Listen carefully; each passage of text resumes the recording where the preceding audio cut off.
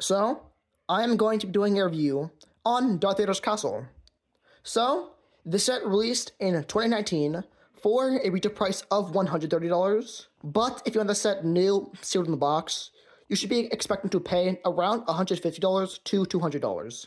And this set has set number 75251, 1,060 pieces, an age rating of 9 plus, and 5 figures.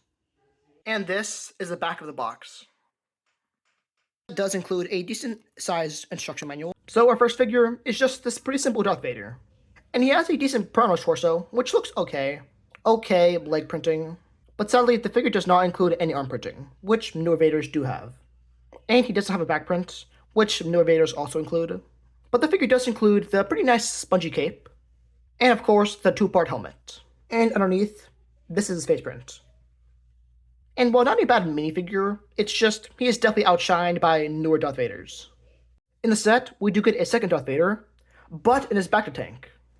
And this is a very good minifigure. He has a great print on his torso, which you can see a bunch of his circuitry. And he has pretty good printing for his legs, but I kind of wish he had dual molded legs. I think that would have been nice. And the figure does have one silver arm, and a decent print on his back, and it does have a pretty good face print. And the figure does have this respirator piece, and if you move it, there is a print for.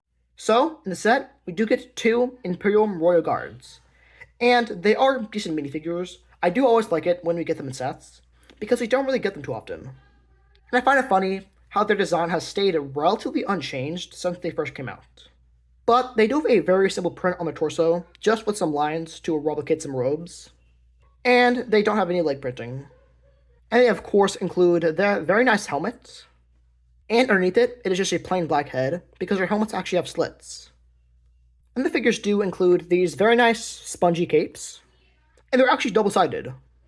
One side is red, the other side is dark red, which is pretty cool. Our final figure, and in my opinion, the best one, is the Imperial Transport Pilot. And this is a very nice minifigure. He definitely reminds me a lot of Imperial hover tank pilots, mainly with the helmet. But he does have a very good print on his torso and legs, which is very nice. It is very similar to Stormtrooper armor, just with some blue accents and a bit more dirty. But the figure does have some nice blue arms, and a pretty good back print. The helmet does look very nice. It has some very nice blue printing on it. But he just has a regular and weak clone head. Overall, this is a decent minifigure selection. All of the figures were done pretty well, but there's definitely one minifigure that 100% should have been included. And that is this old guy, which is kind of the castle's innkeeper. I feel like he is relatively synonymous with it, so he just should have been included. Before talking about the main castle, we do get this miniature TIE Advanced, and it is a decent build. Both of the wings do look very nice. You can actually slightly adjust them, just a bit, but not too much really. They're supposed to stay right there. And it does use this smaller windshield piece, which is mainly used on microfighters. But the wings, like I said, do look nice. They do use some towels, which looks pretty good. And the detailing on the back is okay. There are two little dark red studs. And at the bottom, there are two stud shooters, which we all know how this works. You push on the back, and then they fire. Pretty simple. And you can actually put a minifigure in it. Most likely, it's going to be Darth Vader. And you can lower this whole thing down, just like this. And you can just squeeze him in there. It is a very tight fit, but you can close it up. And I mean, it is still cool how he can't fit. And at the back, there is a little clip right there so that you can put his lightsaber, which is pretty cool. I do like how you can actually put a figure in it, but I mean, it is a very cool inclusion. So I want to say the castle is definitely very menacing, and it is pretty tall. In fact, I can barely fit the whole thing in frame. At the base, on both corners, they do actually use the corner big rock piece, which normally I wouldn't like, but I do like it how they actually incorporated it into the build, so it's not super noticeable. And at the front, there are some nice black pillars, and of course, the lava at the front.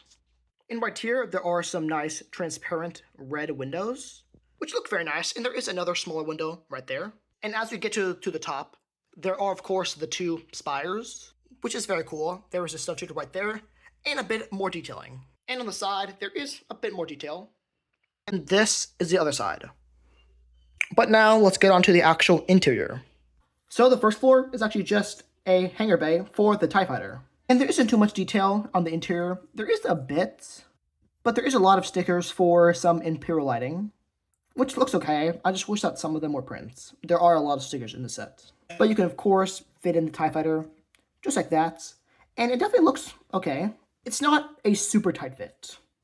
But on the left side, there is actually this little Sith shrine with some very detailed stickers right there, and these hooded statues. And there is a little Sith holocron right there, which definitely looks very cool, and another sticker right there, which this whole thing looks very nice.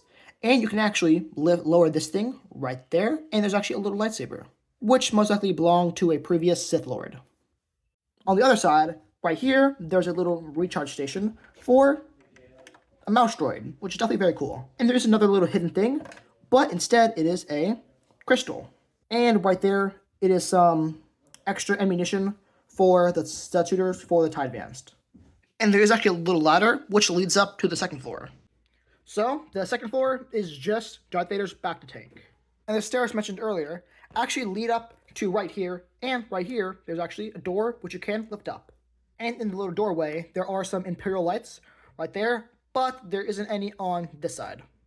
And beside the back of the tank, the whole second floor isn't really detailed too much, but I do like the dark red windows in the back. And there is a pretty nice control panel right there. I do appreciate how it is a more unique one, and not just the incredibly common Star Wars control panel. But right here, you can lift this whole thing up to put your Darth Vader. And he just sits on those studs right there, and you can close it up. And he definitely looks pretty cool in there. And I personally like to put the two Royal Guards right there to guard Vader. So, the third floor is just a miniature Darth Vader meditation chamber. And this thing is definitely pretty cool, but it is pretty tiny, and this thing obviously isn't really minifigure scale, but it is still cool. And as you might have noticed, right there, there's actually a miniature Palpatine hologram. And I absolutely love that piece. I think it's such a good piece. I just wish it was included in more sets, especially in the newest ATTE. But that piece has only ever appeared in a couple sets. And I think that is a real shame. And that piece has actually appeared in a couple more sets in black. But back to the Darth Vader meditation chamber. You can actually lift it up, just like that, to put in Darth Vader. And you can see a little dark red window in the back. And I will say, the detailing of the chamber does look decent. I feel like they did a pretty good job, especially for the scaling. And you can put Vader in, just like that. It's not super easy, but you can close it up, just like that. And right there is actually a spot to put Vader's lightsaber. Right there. But you can't really put his blade, because the lightsaber blade kind of gets pushed to the side. So I personally like to store the lightsaber blade just right there, but it wasn't really intended to be put there. There's a stud shooter right here, which you can move a bit. You can't move it too much, though. And I personally just like to put the Imperial Transport Pilot. Overall, the set does have a very cool interior. There's a lot of space, and it definitely reminds me of a dollhouse. Would I recommend that you pick up this set? I mean, personally, yeah. I think that this set is really cool. It looks great on display. It is super menacing. And obviously, if you buy this set, 100% display it from the front. It just looks super cool. And plus, I feel like the price isn't terrible, especially considering the set is retired, because you can still pick it up for about $140 to $200 on sites like Bricklink and eBay. But overall, I would give the set about a 9 out of 10.